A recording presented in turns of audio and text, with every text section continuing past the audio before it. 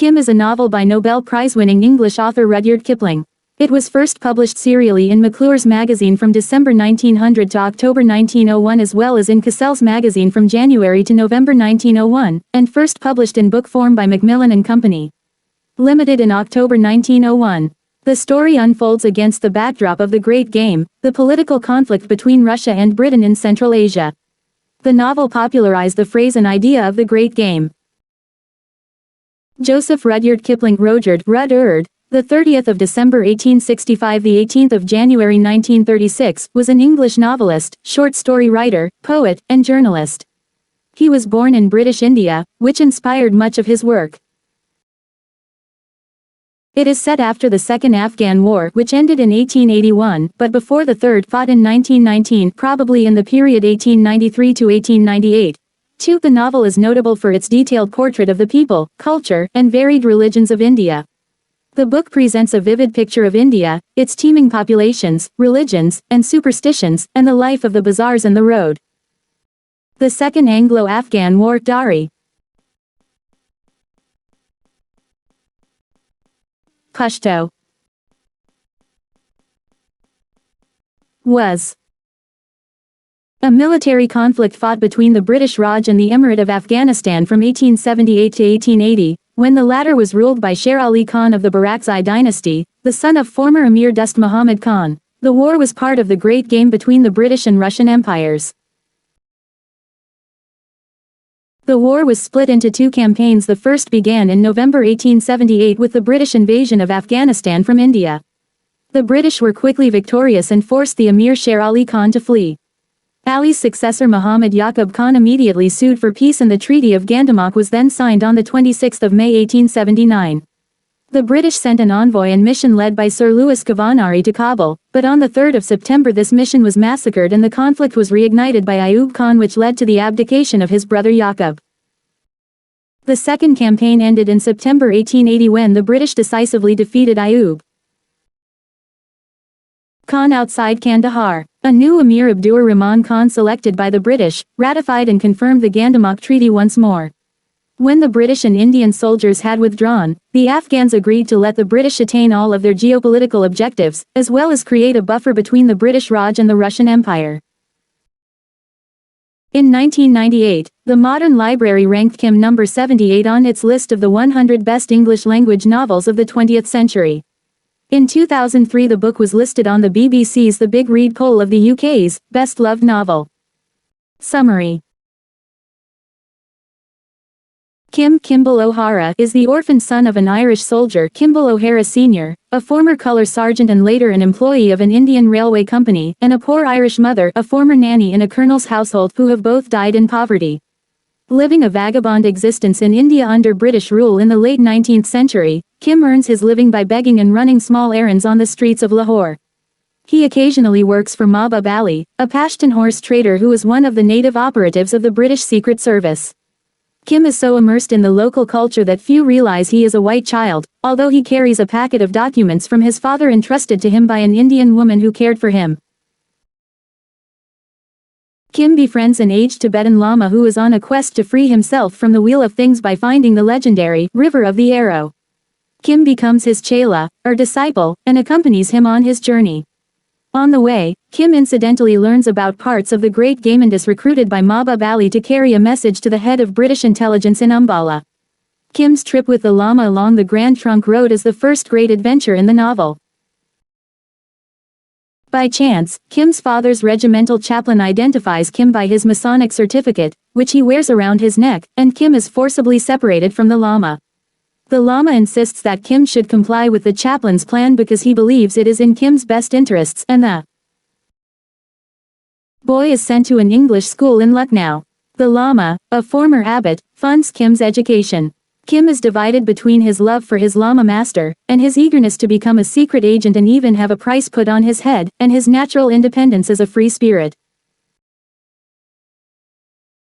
Throughout his years at school, Kim remains in contact with the holy man he has come to love. Kim also retains contact with his Secret Service connections and is trained in espionage to be a surveyor while on vacation from school by Lurgan Sahib, a sort of benevolent Fagin, at his jewelry shop in Simla. As part of his training, Kim looks at a tray full of mixed objects and notes which have been added or taken away, a pastime still called Kim's game, also called the jewel game. Other parts of this training are disguise and the careful study of Indian population, and the characteristic dress, behavior and even how they spit, in order to go undercover or to discover those in disguise. After 3 years of schooling, Kim is given a government appointment so that he can begin to participate in the great game. Before this appointment begins, however, he is granted a much-deserved break. Kim rejoins the Lama and at the behest of Kim's superior, Hari Chunder Mukherjee, they make a trip to the Himalayas so Kim can investigate what some Russian intelligence agents are doing. Kim obtains maps, papers and other important items from the Russians, who are working to undermine British control of the region. Mukherjee befriends the Russians undercover, acting as a guide, and ensures that they do not recover the lost items. Kim, aided by some porters and villagers, helps to rescue the Lama. The Lama realizes that he has gone astray. His search for the river of the arrows should be taking place in the plains, not in the mountains, and he orders the porters to take them back. Here Kim and the Lama are nursed back to health after their arduous journey. Kim delivers the Russian documents to Hari, and a concerned Mahbub Ali comes to check on Kim. The Lama finds his river and is convinced he has achieved enlightenment, and wants to share it with Kim. However, it is not revealed what happens to them next. Kim O'Hara, an orphan son of an Irish soldier, the protagonist, a poor white, the poorest of the poor. Teshu Lama, a Tibetan Lama, the former abbot of the Such Zen monastery in the western Himalayas, on a spiritual journey. Mahbub Ali, a famous Ghilzai Pashtun horse trader and spy for the British. 8. Colonel Creighton, British Army officer, ethnologist, and spy.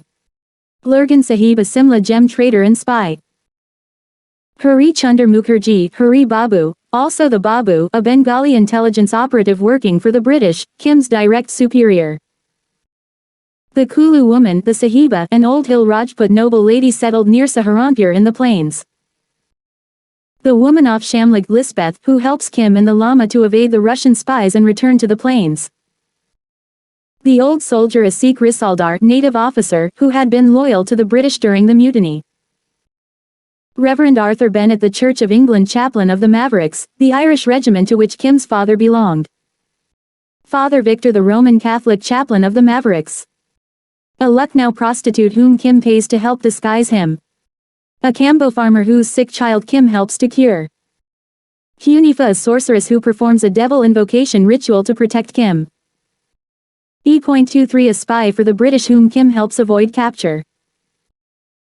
Her Majesty's Royal Loyal Musketeers, also known as the Mavericks, a fictional Irish regiment of the British Army which also mentioned in Kipling's novella, The Mutiny of the Mavericks. Kipling's father, John Lockwood Kipling, was the curator of the old, original Lahore Museum, and is described in the scene where Kim meets the Lama. The present Lahore Museum building was completed later. The gun in front of the Lahore Museum described in the first chapter is an existing piece called Zamzama, sometimes referred to as Kim's gun.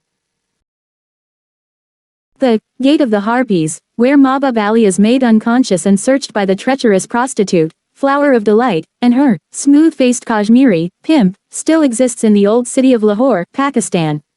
It is known as the Hira Mandi, and is in the Taxili Gate area. Prostitution is still a common trade there.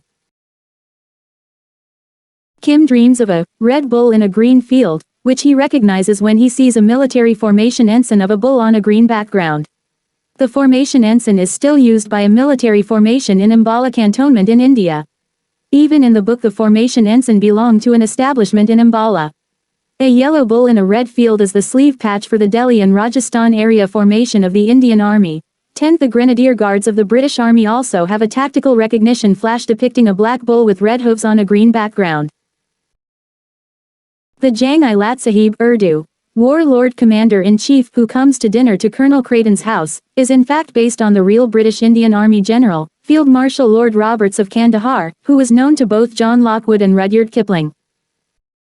St. Xavier's School, Lucknow, where Kim is sent to study, is in fact based on the La Martiniere Lucknow College.